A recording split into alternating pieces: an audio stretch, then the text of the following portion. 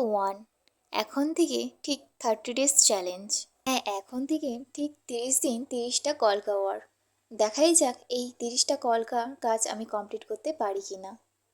কলকার কাজ করতে করতে কখন যে একটা কলকার প্রতি আলাদা অনুভূতি তৈরি হয়েছে তা বুঝতেই পারিনি। যখনই কোনো নতুন নতুন কলকার কাজ করি তখন একটা আলাদাই অনুভূতি কাজ করে, কারণ এই কলকাগুলোর মধ্যে একটা অদ্ভুত শান্তি লুকিয়ে আছে। অনেক দিন ধরে ভাবছিলাম যে 30 দিন আমি এই রকমই করব, যে প্রত্যেক দিন আমি একটা করে নতুন নতুন কলকা ডিজাইন করব।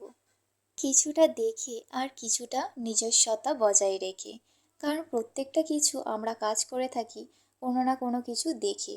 প্রথমে ভেবেছিলাম এই কলকা ডিজাইনটা একটু অন্য কালার করব, তারপরে সেই আবার মনে পড়লো যে না, সাদার ওপর লালটা আমার জন্য একটু বেশিই পছন্দের, তাই আবার সাদার ওপর লাল কলকাটাই আমি করলাম।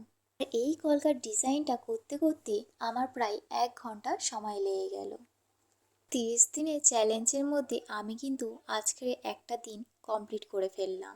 তারা এই রকম ধরনের কলকা ডিজাইন দেখতে চাও তারা অবশ্যই কমেন্ট বক্সে কমেন্ট করে জানিও।